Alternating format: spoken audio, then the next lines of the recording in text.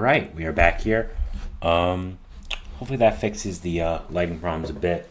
The room still is a bit dark, so I will try to fix that for next time. But usually it is pretty nice in here. The lighting is fine, so I do apologize for that. I didn't expect that. So we're gonna go into our third segment here, which we did talk about a little bit before, which is the NL Spring Training games. And what happened there overall. So let's get straight into it. For the Mets and the Cardinals, which is the first game we're going to talk about, we had a 9-3 final score for the Mets. Sean Manaea put in a really nice outing for his new team in spring training. I don't know what's going on with this lighting. I do apologize, guys. If you're listening on audio, you don't know what's going on, but check in on GSMC Sports Network for the YouTube channel if you do want to see what's going on with my lighting right now. Nice outing for Sean Manaea against the Cardinals for his new team, the Mets. He's put together a really nice spring, and I'm excited to watch him, excited to see what that new sweeper can do for the Mets and how he puts together this season. So, definitely looking forward to that. It was 9-3. Steven Matz had a loss against his former team as well. Francisco Lindor had his first homer of the spring. So nice start for him, and a nice job to get it going. Thomas Sagasi, also one of the top Cardinals prospects, had a nice hit as well, a nice homer. So good job for him. He was acquired in the Jordan Montgomery trade. So nice job for him to get his spring training going in a nice way. After that, we have Colorado, Chicago. Chicago shut out the Rockies 5-0. So not great for Chris Bryant against his former team. Cody Bellinger hit a ground rule double to keep going his spring for the Cubs after being re-signed. Dom Smith hit a single to score an RBI, and Patrick Wisdom hit an RBI single as well to make it 5-0 Cubs, which ended up being the final score for them. So putting together a nice spring for themselves. Hoping it can translate to the regular season, of course. After that, we have Cincinnati, Arizona, which was 5-2 Arizona against Cincinnati. For scoring, we had Jake Fraley. He struck out swinging, but TJ Friedl actually stole home while that was happening. So you don't really see someone stealing home at all much in baseball right now, but especially not in the first inning, and especially not in spring training. So that was pretty exciting. Christian Walker and Ketel Marte doubled, both of them to make it 3-1 Arizona. Tony Kemp, the new addition for the Reds, hit a single to make it 3-2. Nick Martini then hit a 2-run homer for the Reds to make it 4-3 Cincinnati to take the lead. Jake Hurley hit an inside the park home run for the Diamondbacks. I mean, this game was just insane for spring training standards. I don't know what the hell is going on. And after that, we had Jordan Lawler hitting a double for the Diamondbacks, trying to make a nice ring for himself, the youngster. And that was what happened for the Diamondbacks. And after that, the Reds added on 3 more, and in the end won the game with a Hector Rodriguez double to make it 5-5, and then a Jack Rogers RBI single to make it 7-5 Cincinnati. So nice job for the Reds to keep going with their nice spring. The young talents moving, beating a really good team in the Diamondbacks, who were the NL champions. And even though it is spring training, it is always a nice morale boost to beat the NL champions. And I'm sure this young Twins team was excited about it. So congrats to them.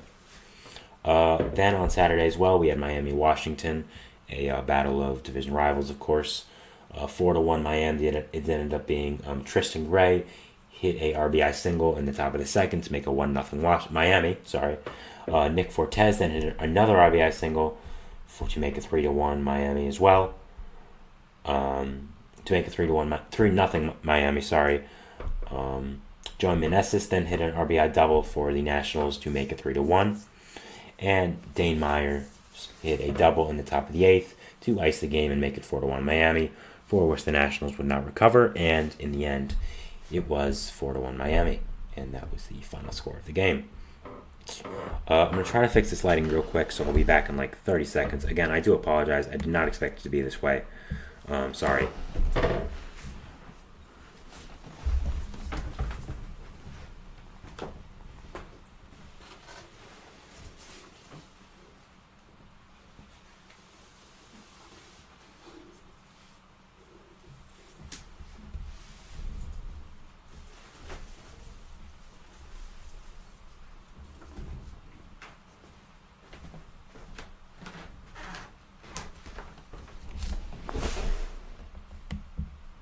All right. That should help it a little bit. It doesn't help it a lot, but again, I do apologize for this. It is, never thought I'd say that it's too sunny, but it definitely is. And the lighting is not ideal in here. The light is on in this room. I don't know why it's so dark in the camera. Again, I do apologize a lot. I'm sorry about this, but yeah. To keep going with the NL games here. So we have we have here Washington. Oh, sorry, not that game. We have Pittsburgh, Philly, the Battle of Pennsylvania right here. O'Neal Cruz hit a home run for the Pirates to his second home run of the spring. For a nice job by him. Really a nice job for his spring. He's trying to. There's some extension rumors just preliminarily from fans that really want him to get extended. So hopefully he can reaffirm himself as part of the Pirates' young core, as a guy that is a big part there, and is really trying to be their franchise shortstop. Brian Reynolds also homered in the bottom of the first to make it 2-0 Pirates. Carter Binns then made it 3-0 Pirates. O'Neal Cruz homered again to make it 5-0 Pirates. Great job by him for the spring. Johan Rojas hit into a force out for an RBI. You then had Cody Clemens hitting a grand slam for the Phillies, which then made it 5-5, of course. So, good job by him trying to fight for a roster spot. Tie game here then we had, which is very exciting. You had former Pirate Adolfo Castro doubling for an RBI to score Edmundo Sosa and tying the game up. Giving the Phillies the lead, actually, not tying the game up. They just tied it up before. Sorry. Garrett Stubbs then hit a ground rule double to make it 7-5 Philly. After that, you had Eduardo Olivares hitting a double to make it 7-6, and then O'Neal Cruz reaching on a fielder's choice, which then scored Eduardo Olivares to make it 7-7 Philly. Matt Kroon then reached on a fielding error by former first overall pick Tamar Johnson. Just some learning pains for him. I don't think it should be a big deal, but that is what ended up winning the Phillies the game. So, you want to make sure that is cleared up in the regular season for the Pirates if they do want him to be up at some point, be a big part of their team, which he obviously is going to be in the future. So, definitely something you need to get worked out here. Then we had St. Louis, Miami.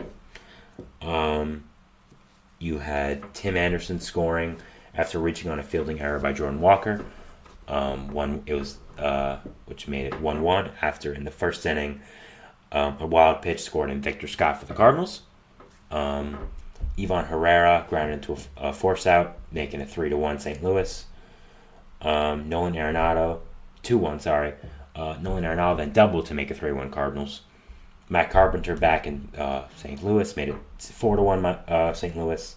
Josh Bell then hit a 2-run homer, making it 4-3 St. Louis, creeping back a little bit for the Marlins. Troy Johnson trying to make the roster. Hit an RBI single, scoring 2, making it 5-1 Marlins, giving them the lead.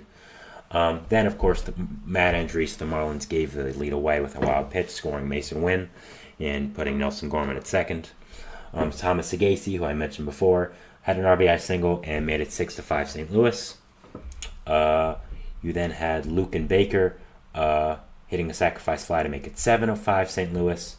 Thomas Sagasi hitting another single for an RBI, 9-5 St. Louis. Then hitting another RBI double for St. Louis, making it 12-8, which is what the score ended up being for St. Louis.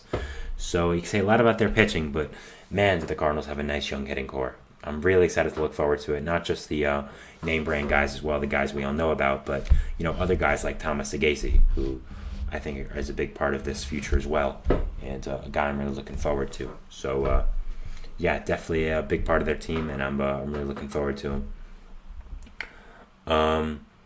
After that, you had Arizona, Los Angeles. The Dodgers absolutely blew out the Diamondbacks 12-1. Nice start by Gavin Stone. He's having a nice spring. Brandon Pfaadt struggling a little bit for the Diamondbacks, but I think it'll be all good for him. I don't think it should be a long-term thing, and I'm looking forward to watching him in the season. You then, after that, you had Milwaukee, Colorado, which was 3-1. Colorado, good game for them. Ended up getting a win, which is always nice for this young team. Want to get morale.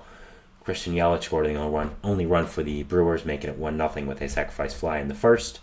Brendan Rodgers then hit an RBI single. Sterling Thompson homered, and Jordan Beck singled to make it 3-1 Rockies, which the score ended up being and finishing as. So yeah, that's it for the NL games.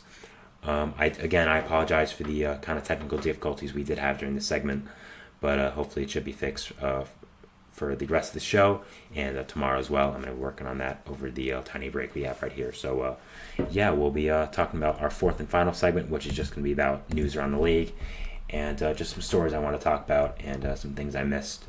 So, we'll be talking about that, and we'll be going to break. So, thanks, and talk to you after. Goodbye.